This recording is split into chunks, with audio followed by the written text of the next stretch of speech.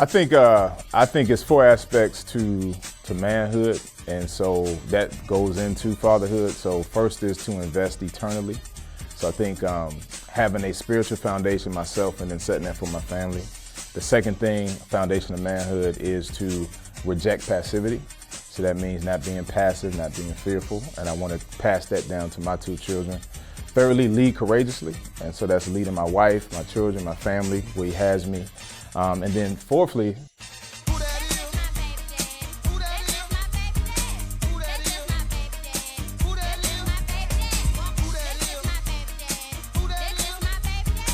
welcome to another episode of Just My Baby Daddy podcast. It's your boy AJ. It's the bougie baby daddy Eli.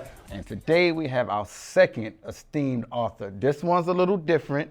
We're not doing, baby mama drama author. Not this time. Not this time. We have an author of a different type of caliber. We have Pastor Jerome Gay Jr., author of the Whitewashing of Christianity here today. Oh man, thanks for joining us. Man, I'm glad to be here. Thank you for having me. Hey, look, we were talking earlier. We was like, hey, make sure you say Junior in his name.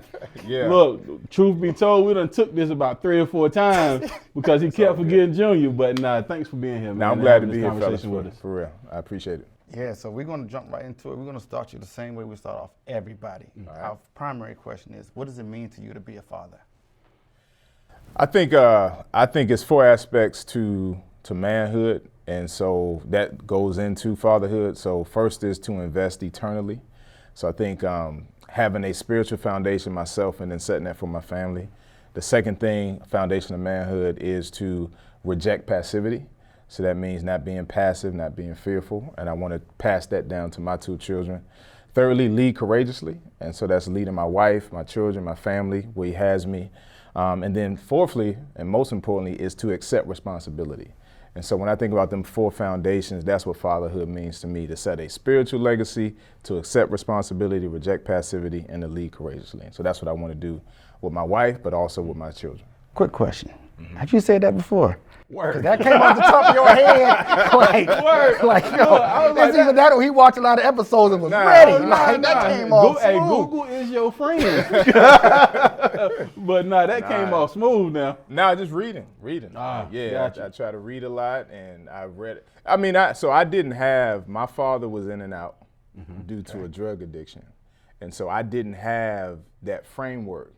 And so when the Lord allowed me to be a pastor, and our church is a little different, where most churches are 7-to-1 women. We got a lot of men at our church, and that's because I wanted to really go at men and teach men what does it mean. So a lot of men don't have a foundation. So the reason that comes off is because I want men to have a framework of what does it really mean to be a man. We have a lot of framework on what it means to be a male, right? But not what it means to be a man. So that's why that just came off, because I've walked brothers through that so many times. Got you.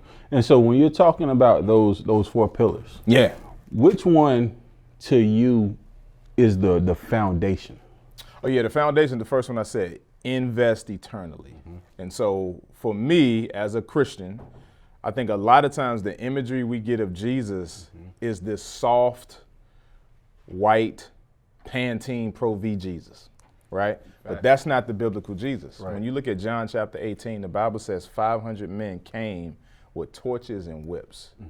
The Bible says Jesus stepped forward and then they stepped back.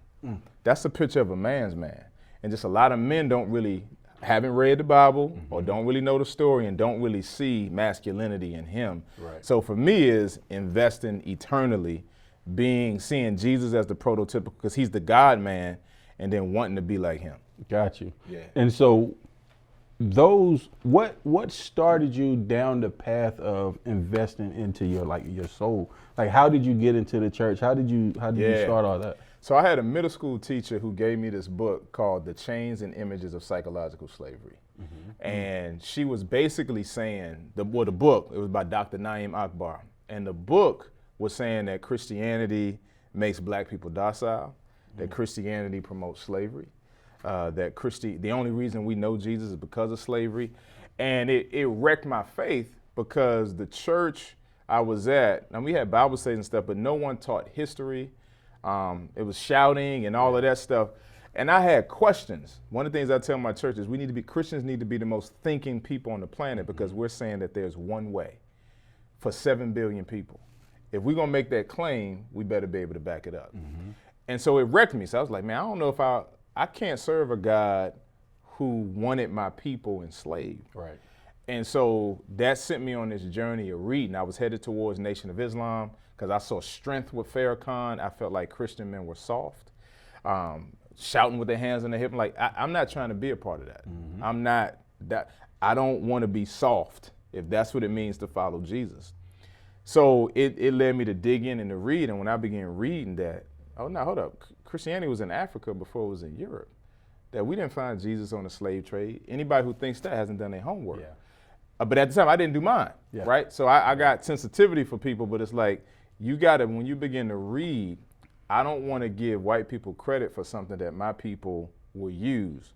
And God invites everybody at his table. So she wrecked me with that book in a good way, because it sent me to really know, all right, why am I a Christian? Right. Why do I believe this? And I wanna hand down my faith from a position of knowledge, not blind faith. So I'm not following because what the pastor said. I've done my own research to know why I believe what I believe. So backing off of that, where did you grow up? Well, Southeast Washington, D.C. Oh. Born and raised in D.C. Oh, Yes, same sir. here. Yeah, let's go. Same here. Let's go. Let's So go. I was Simple like, City. yeah, All talking Benning about, Road. you're talking about Nation of Islam. All you growing up, you know, all Yeah, you you gonna is, see that, all you yeah. want to see is them out there with the bean the bean pies, pies, selling suits that. in the summer. You know what I mean? You had to, So it's yes, not just on the movies. no. Nah, that's real. Nah, That that's was real. real. They was Had Final out Call all the time. Yeah, bean pies and Wow. Final Call. Yes. Wow. Yeah, Yeah. that's real. And so when you're talking about, when it relates to fatherhood, talking about your father was in and out or whatever. Yeah. So where did the foundation or the principles of fatherhood start, and how did you learn? Well, interestingly enough, even though God and his redemptive plan, my dad, again, who was on drugs, would go make me and my mom and I go while he'd be out getting high on Sundays. Interestingly enough, the Lord used my drug addicted dad to draw me to himself. The church he made me go to was the church that I got saved at the age of 13. And so it really came from one of the titles God has is Father. And so the question is, I mean, you can't touch him, you don't see him. How does that happen? Well, God just put this man by the name of Irvin Belt in my life, and he kind of took me under his wing. It's the first time I saw a man leading his family through devotion at the dinner table. Oh, wow. Seeing a man pray. So again, like, we know a lot about being a male, but I saw a man, and he began to really just dig and pour into my life on what it means to lead your family. Right. And so now these kids aren't biologically his, but you would never know that when you just see how he leads, how he lives his life. Wow. And so just him and others were definitely impactful. So what's the biggest lesson you got from him? From him? So he always quotes Joshua 1:8 and 9, and that's haven't I told you to fear not and be courageous. And so when I said one of those foundational pillars were lead courageously, that's what I learned from him. It's just a faithful dude, not afraid, led courageously, led his family, defended his faith when people tried to call Christianity suspect. And so that was just a great foundation I had from Irvin. Got you. Now, when you're talking about the male versus the man, explain to me in your perspective the difference when it comes to fatherhood from the male versus the man.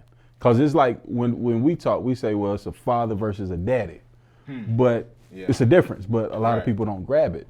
But in your perspective or in your understanding, what's the difference when it comes to fatherhood? So back in 2008, right, Meek Mill's 24, Rick Ross is 36.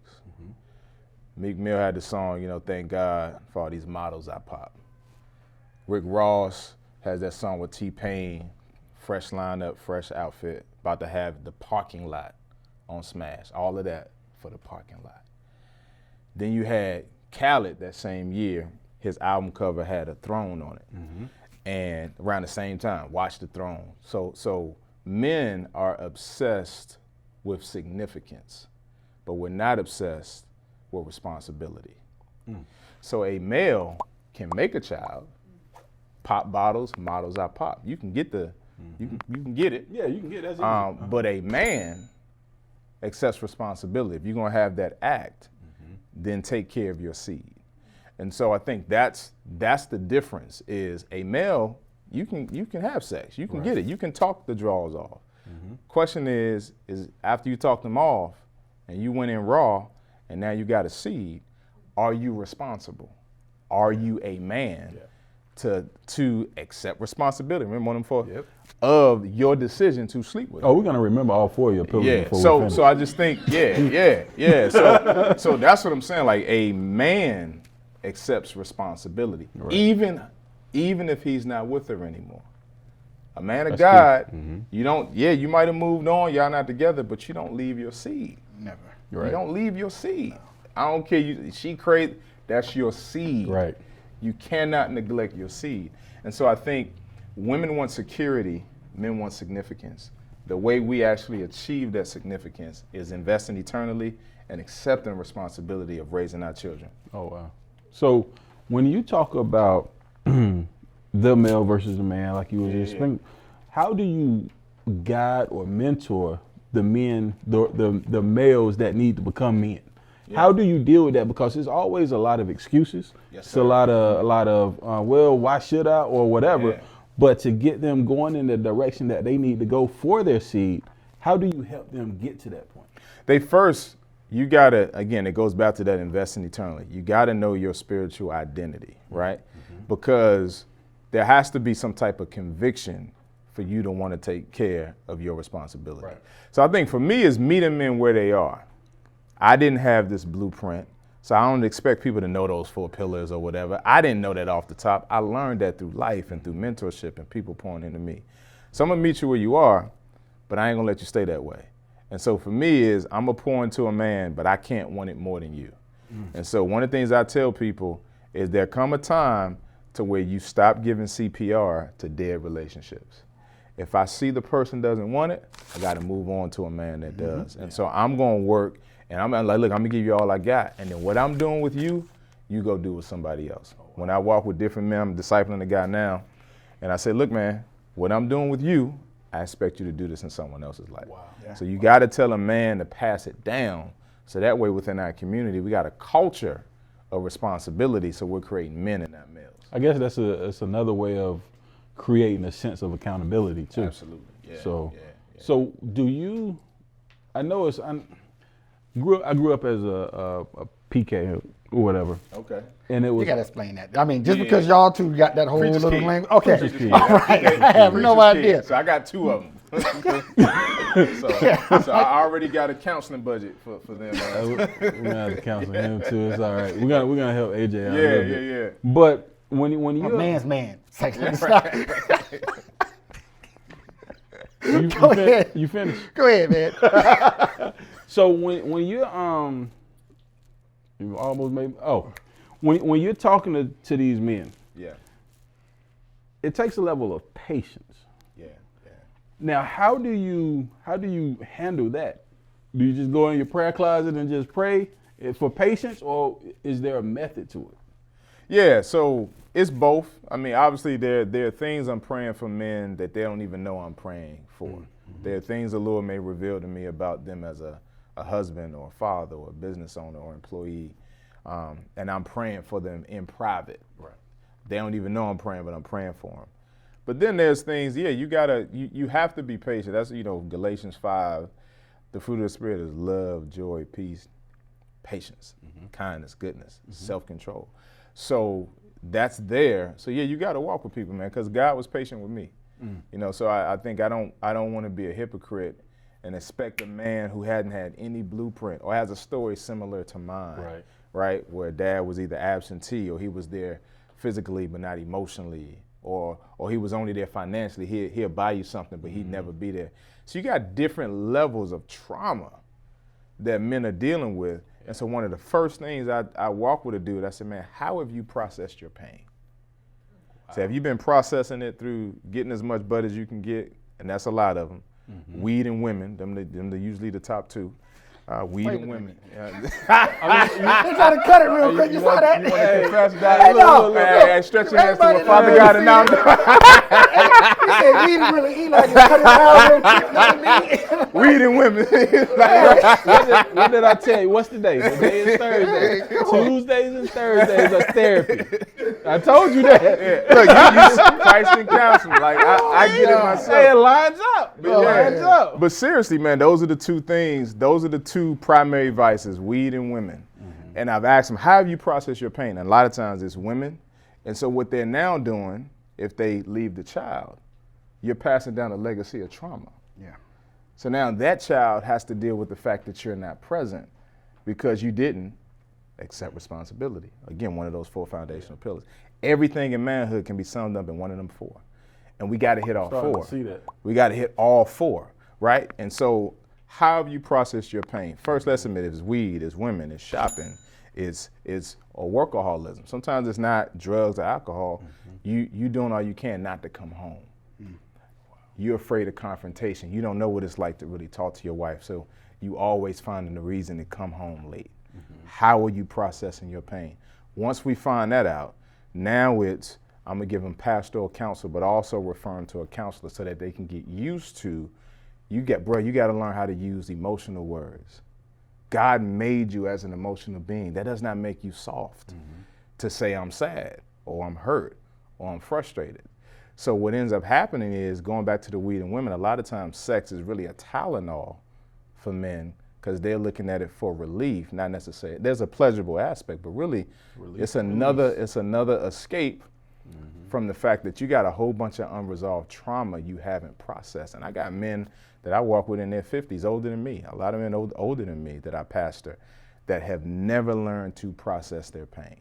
And so that's the biggest part of when I'm walking with dudes is, you gotta learn how to process this positively, or you will process it destructively, and your legacy will be traumatic. You will pass down a legacy of trauma if you do not learn how to process your pain. Wow.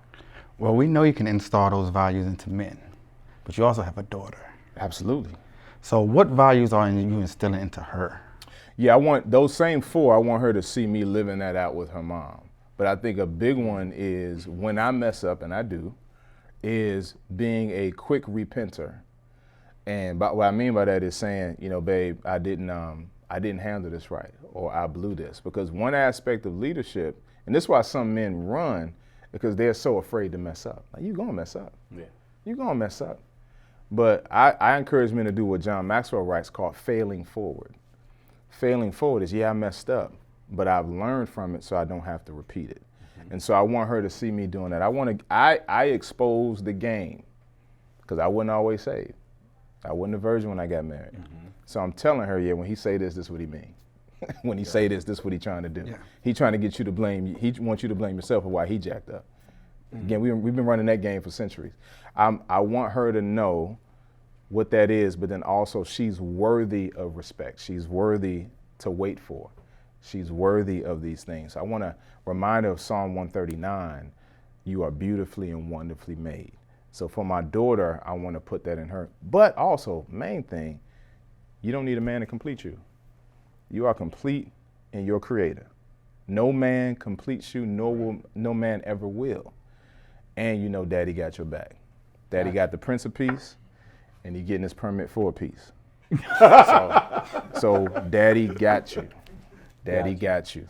That's dope. So when you talk about, we was joking earlier about PK's preacher's kid, so you can remember. I catch on, man. I hope so.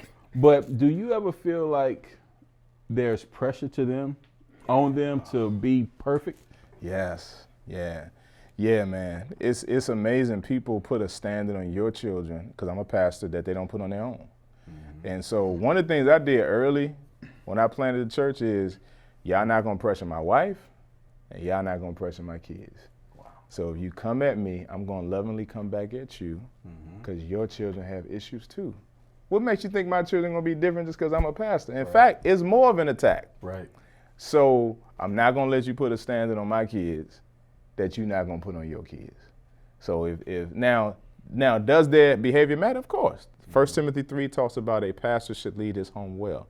So yes, I will correct them, but they're not going to be perfect. So one of the things we say at my church is, you're never going to find a perfect church, but what I want Vision Church to be is an authentic church. You won't find perfection, but you can find authenticity. Right. We're going to be real about the fact that we're all jacked up, but we're serving a perfect God who engages us in our jacked upness to deal so we won't be as jacked up when he come back. And so I want to lay that foundation of grace. Right. Because I need it. That's I need it. Pastor Gay ain't perfect. Pastor Gay up there preaching, and a lot of times I'm preaching to myself. So I don't want this rigid, legalistic, judgmental culture. Right. That's one of the things Jesus rebuked. He rebuked the religious leaders because they were so judgmental, and they were doing the very things they were judging other people from doing. Yeah. So we just want to have an authentic culture, man. So yeah, they definitely try to, but I do my best to protect my wife and my kids from it. So what about the pressure that's on you? Because all the eyes are on you, whether it's with how you live, your marriage, how you parent. Like how do you navigate the pressure that people put on you because they're always watching? Galatians 6:1 says, if you find someone caught in sin, restore them gently, because you yourself could be caught up. Wow.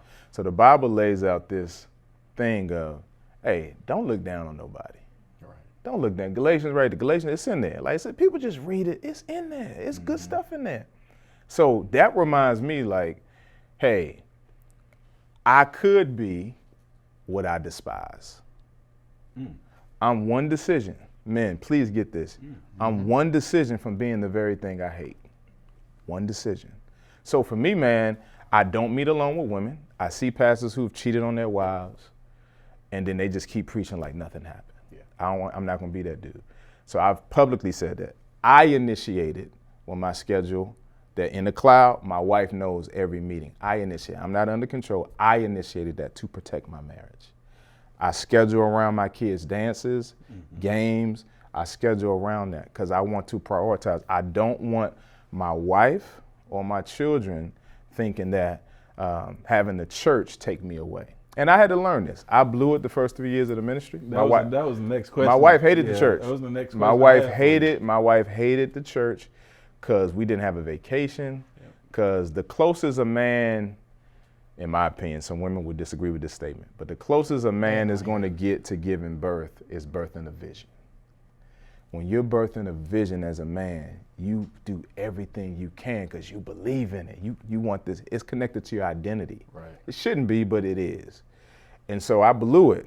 And I had to go back when I talked about repenting to my wife and then saying, hey, and one of my mentors, my spiritual father, Dr. Eric Mason, just seeing how with all the success he has, several books and all these things, just prioritizing his family. And so that's what I had to do. But the biggest thing, man, is protecting my marriage from adultery and from the criticism that people might want to put on my wife and my children. That's that lead courageously pillar.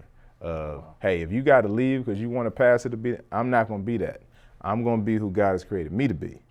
And so if this church, you want this type of pastor, I'm not going to be that. Right. So it's 900 churches in Raleigh. Pick one. You ain't lying. Pick one. You ain't lying. I love you. Pick one.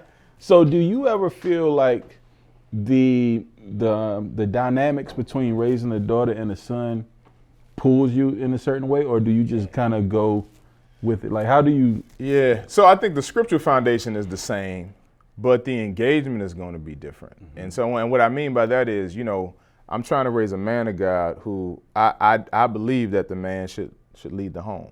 He should set the spiritual climate for the home. That doesn't mean he shouldn't ever defer to his wife. His wife may be more gifted in certain areas. Right. But I believe men are called to lead. So I'm training him for that because I already know they've seen the family, so both of them want to get married. They've been talking about this. I didn't realize how early little girls talk about marriage till I had a daughter. Man, I'm like, she is dreaming at 2. Wow. But so part of that was seeing my wife and I. They see me engage my wife. My wife and I always kiss 3 times before I go anywhere because we never know. We never assume that next moment is promised. Right. So we kiss 3 times before I go. And they see that. I'm trying to set just an organic, men, you can set an organic foundation for your kids just by having some healthy habits. And them seeing it is a nonverbal lesson where you're teaching them about life. Right. And that's what I want to do with them. So, but then with Jamari, that's my daughter, is again affirming her identity, because there's so much that may be telling her she doesn't matter. So like, you know, she's natural. She got locks. I heard dread sometimes is derogatory. She got locks. And she's at a predominantly white school. Yeah. And so, you know, sometimes not feeling seen or desired, and having to affirm, like, baby, you know, every aspect of you is beautiful. Your black is beautiful. Your hair, ain't no such thing as good hair. Your hair is good. Your hair is good the way it is. Ain't no categories. Affirming who she is. Yeah. That God, you are fearfully and wonderfully made. And so I want to be the first man to affirm her before some joker come. She's been hearing it, that she's beautiful, but that she's more than just pretty. She's intelligent. She's valuable. She's worth waiting for. She's heard all that from daddy before she's going to hear. No, eventually a joker going to come and daddy going to have out. Yeah, eventually. Lose out. But he going to have to go through a interview process. He going to have to go through the interview process. Yeah. You don't put any fear in his heart. Mm-hmm. We'll see. We'll see. So do a bad boy scene. So do you, this is a random question, but do you talk to your kids in scripture? Or do you talk to them straight up like, look, this is where it is? Or do you mix it all together? Just like we're talking now. If you notice, we've talked and I've just infused. So because that's my worldview, it comes out. So I don't always have to say John, but I can still quote it and you don't even know it. So that's how, because it's a part of my life. Right. So that's how I do with my kids. Because I don't want to beat them up with the Bible either. Yeah, the reason I asked that is because of that point right there, because it's like so many I've seen over the years, either pastors or preachers just talk word. Let me beat it. Let me drill it. But then it starts going over the kid's head because it's not real world relatable in context. Yeah. It's just like, okay, well, this is King James.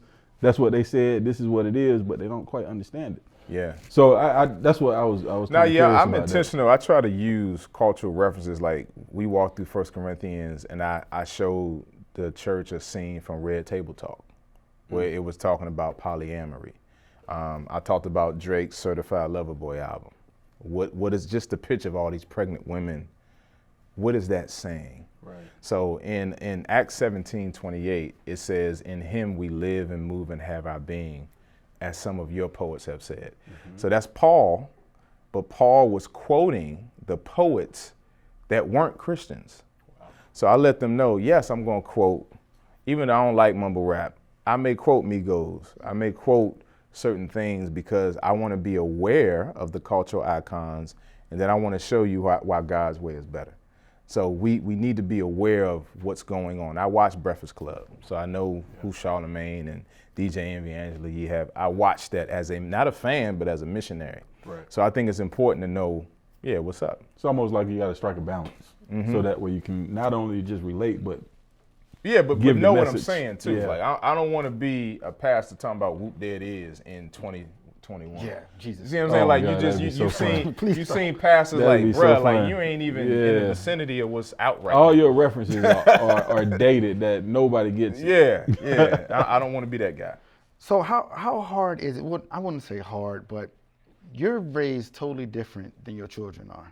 Right? Yeah, absolutely. I've used in Southeast. I mean, right.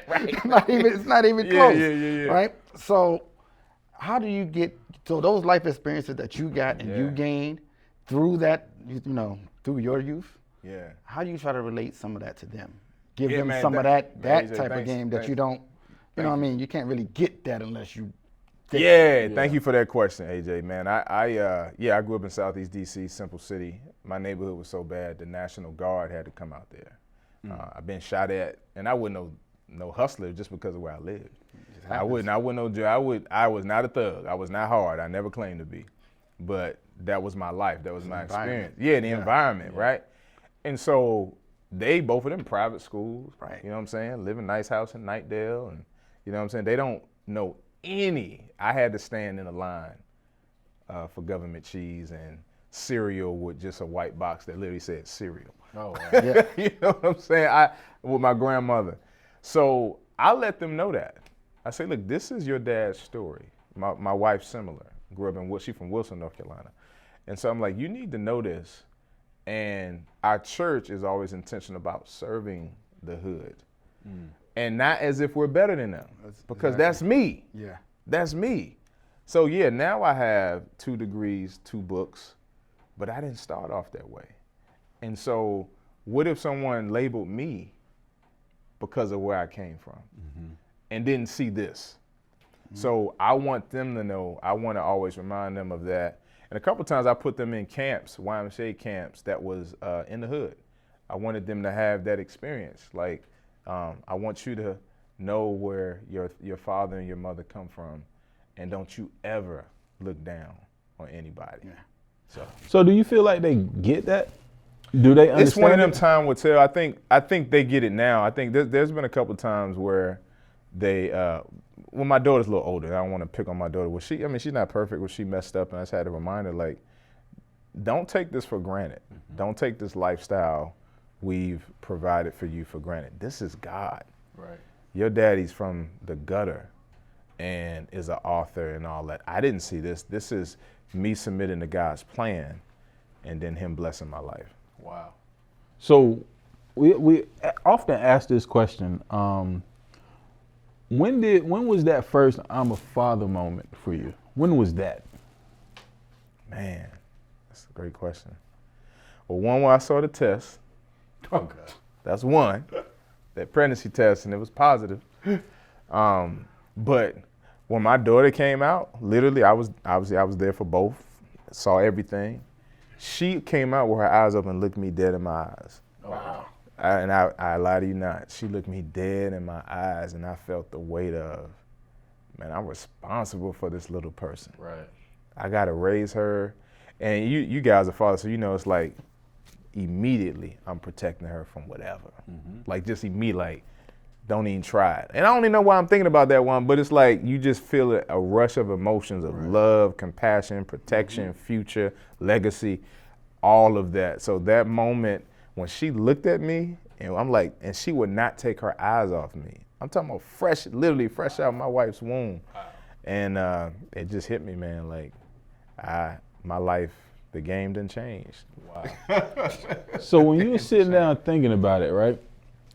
You said your daughter's a little older or whatever. Did you find, with going back to that, did you find yourself being a little more overprotective of her than your son, or? Yeah. I do think and I think I've repented for that when I don't want to have, it's not a double standard, but you do feel like he can protect himself more than her.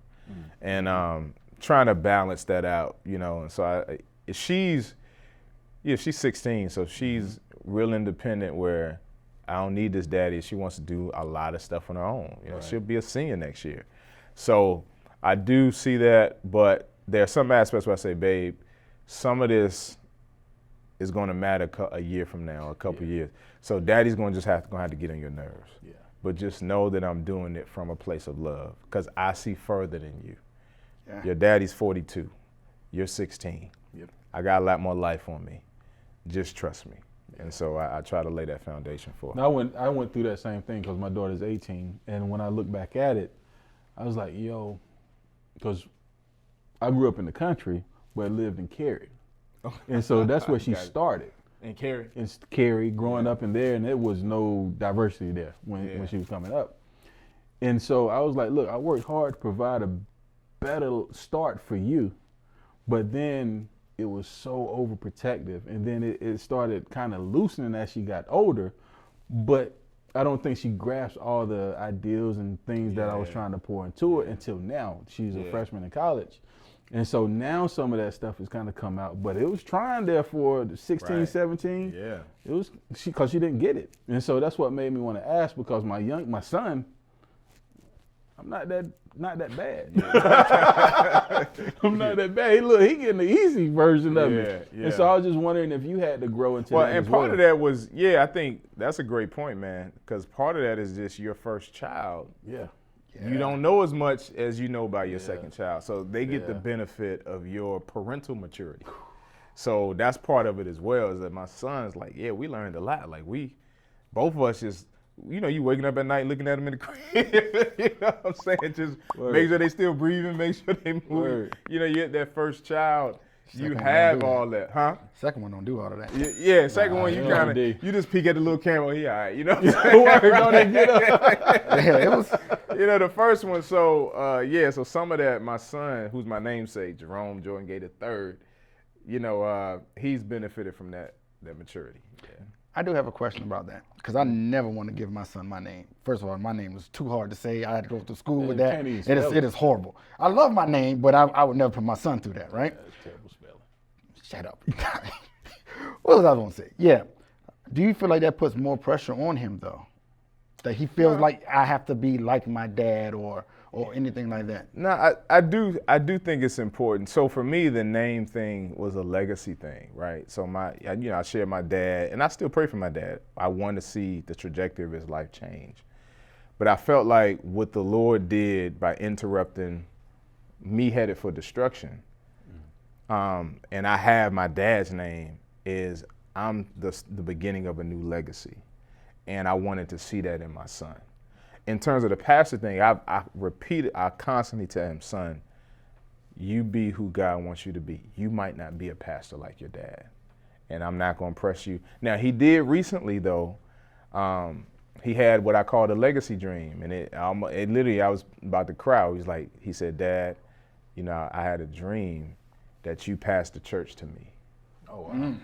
And it messed me up, man, in a good way. I was like, I said my son had. If you actually leak, you can tell us. Nah, right. I ain't gonna take your man card for it. No, I told you I embrace emotions. Touch. Yeah, man. So it hit me when he said, Dad, he broke the dream down. He said, yeah, man, I saw all the people, and like we were on the stage, and I was like, it was a very vivid, detailed dream. Again, I'm not saying it's prophetic, but I was like, okay, he's watching me. Yeah. Like my son, he came to me, he took some cardboard and he wrote a book called What is a Disciple?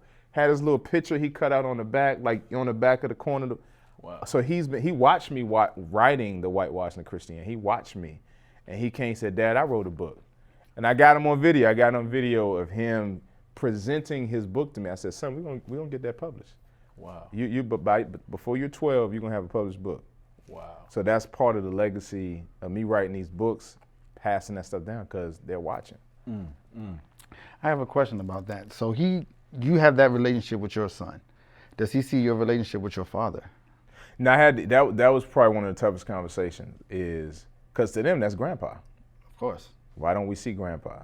What's going on with grandpa? Yeah. Why they haven't seen him for years, or he popped in a couple times, but like my daughter's about 16, about to be in college, and so I had to explain to them, that the granddad just has some struggles.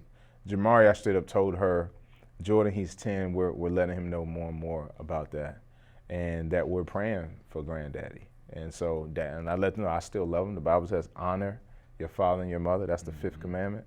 But it don't mean put up with their mess. So I'm honest with my dad about his excuses, about manipulation, because when you're dealing with a drug addict, they manipulate, they lie.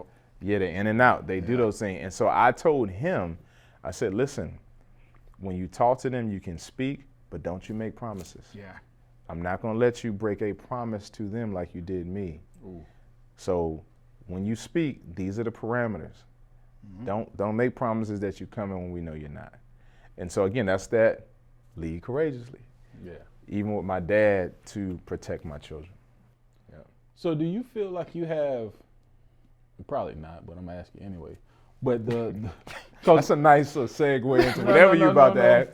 Because AJ and I always talk that no matter who you are, you always have some level of trauma. And you touched on that earlier too. Oh, absolutely. But what trauma do you have left over from some of that experience with your father that you're still dealing with, that you're trying to make sure, like, look, I'm not gonna go down this same path? Like, what are some of the things that you still have to work on? Yeah, I think the biggest thing was just seeing an addictive personality, man. I was addicted to porn.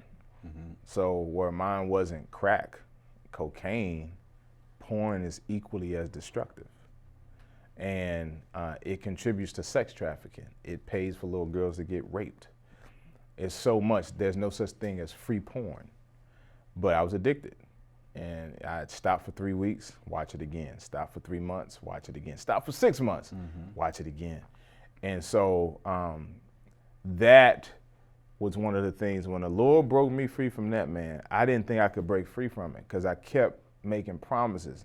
And this happened early in my marriage. So I'm an open book, man. I don't hide that. I think that's why I connect with men, because they got a whole bunch of secrets that they are honest. They're ashamed to say, I'm clearing my search history. Right. I said, well, no, I had to tell my wife, man. That was a conversation I did not want to have, but I had to confess to her, this is what I've been doing.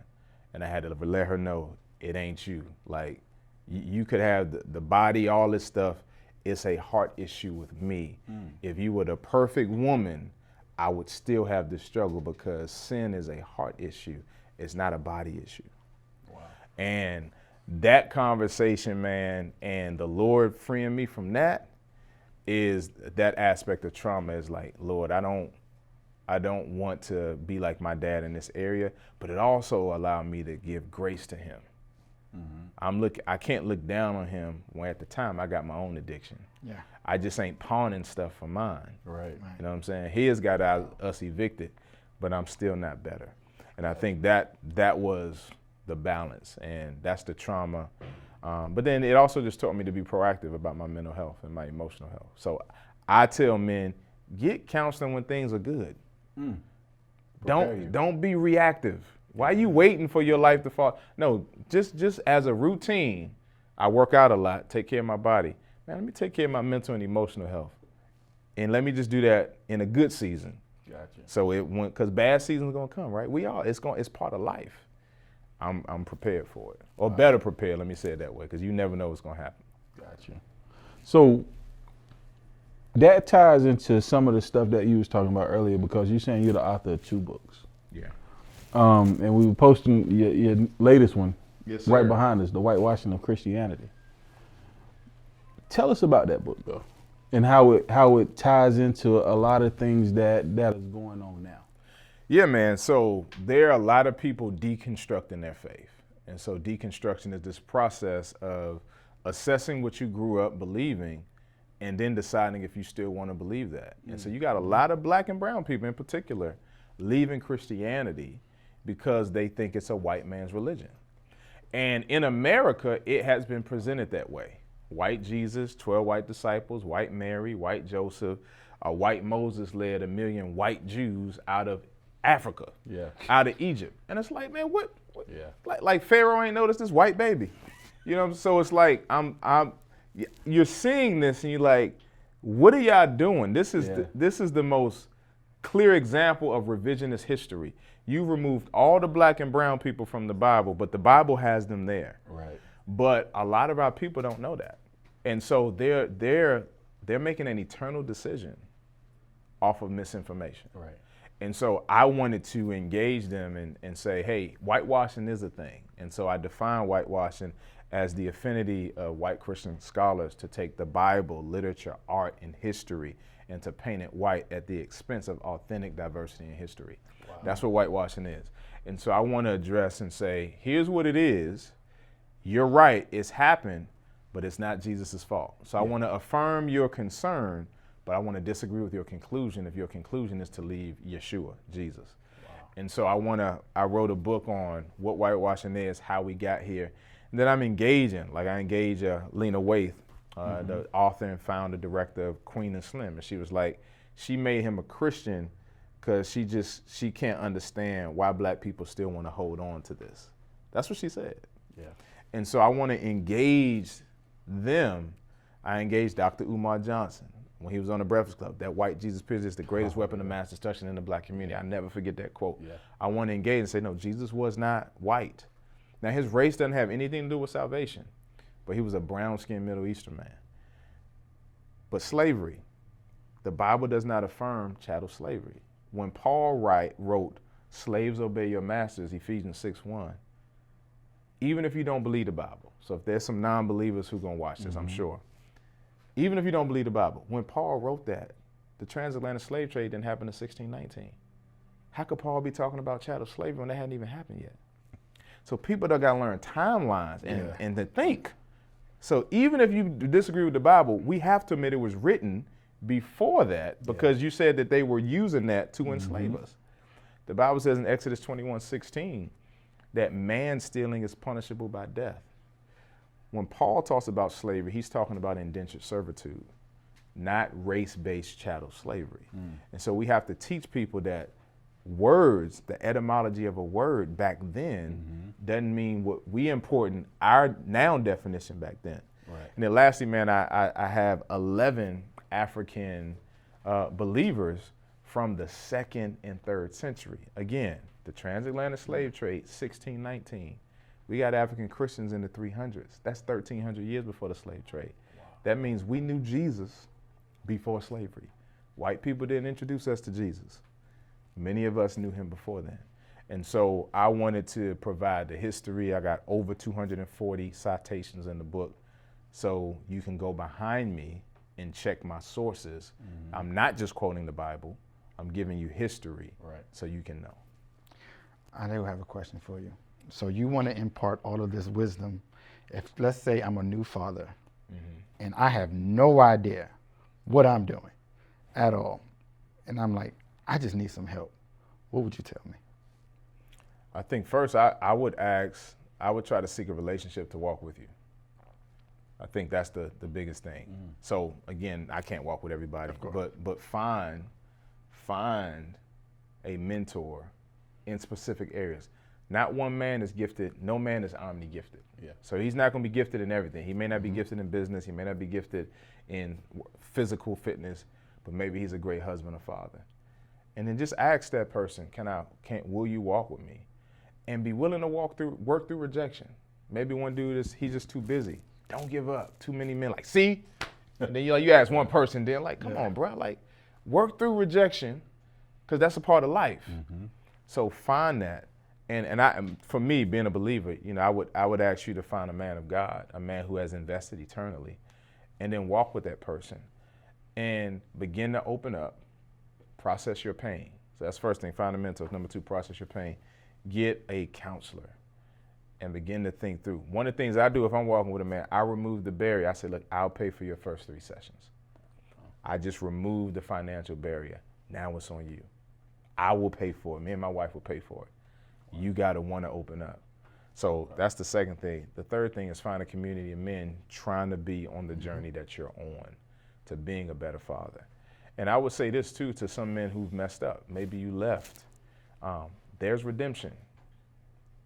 Your failure doesn't have to be permanent. And so you may have broken and you haven't been there, but you want to be there now. Again, the previous woman may give you hell, but work through it because your child is worth it. Yep. Your child is worth it. Got you. So being a pastor, being a best-selling author, being a mentor. I'll take it. I ain't best-selling yet, give but it to you. You almost, you there. Look, we claim that one. But when your time is up, what do you want your legacy as a father to be? Man, when my time is up, that I gave a foundation of faith. I gave a foundation of faith. I invested eternally. I was willing to make the hard decisions. I led courageously. I pressed through things I didn't want to deal with. I rejected passivity. And I left a financial legacy and a spiritual legacy and a relational and emotional legacy. I accepted responsibility. That I lived out those 4 pillars, not perfectly, but to the best of my abilities to set a foundation for my children that will outlive me. Wow. Well, look, man, all of that's some amazing stuff. And for you to sit down and take the time to talk to us and drop those 4 pillars 15 to 30 times so somebody's gonna catch it. Yes, sir. We really appreciate you. It's gonna be very educational for some people. I hope so, man. No doubt. It's gonna be something that's gonna touch. Because we need this. Because we got a lot of ratchet stuff that comes from time too. So We definitely need these. We Okay, need this. cool, We cool. appreciate That's it. the Ratchet and righteous, man. that's That's a the good Oh, mix. don't do that. Don't point that way. That's the ratchet leader. This ratchet, you righteous? Okay. But nah, we appreciate it, man. Yeah, Thanks my a lot. pleasure. Thanks for having me. All right. Appreciate it. Thank you.